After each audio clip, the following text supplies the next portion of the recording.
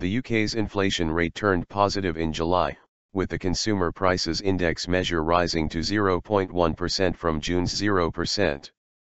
A smaller fall in the price of clothing was the main reason for the rise, the Office for National Statistics said. The Retail Prices Index measure of inflation was unchanged at 1%, the figure that will be used to calculate rail fare increases next year. CPI has been almost flat for the past 6 months, having turned negative in April for the first time since 1960. The onset falling food and non-alcoholic drink prices partially offset the positive impact of the smaller rise in clothes prices.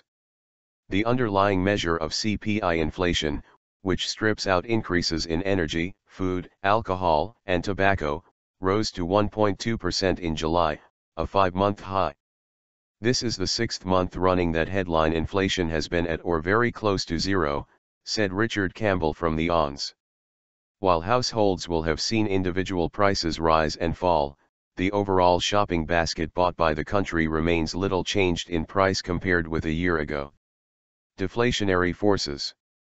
Analysts say the inflation rate could fall back again, partly due to the drop in the price of oil, which has slumped by nearly a quarter in the past 2 months.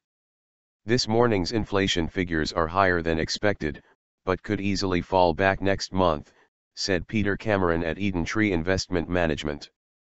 Brent crude has dropped below $50 a barrel and China, the world's largest exporter, is potentially now unleashing a new wave of deflationary forces around the world through the devaluation of its currency. There has been considerable speculation over when the Bank of England, which has a target inflation rate of 2%, might start to raise interest rates. However, Mr. Cameron said it was hard to envisage a rate rise this side of Christmas. Samuel Toombs from Capital Economics said raising rates could be postponed until the second quarter next year, with inflation likely to turn negative again over the next few months.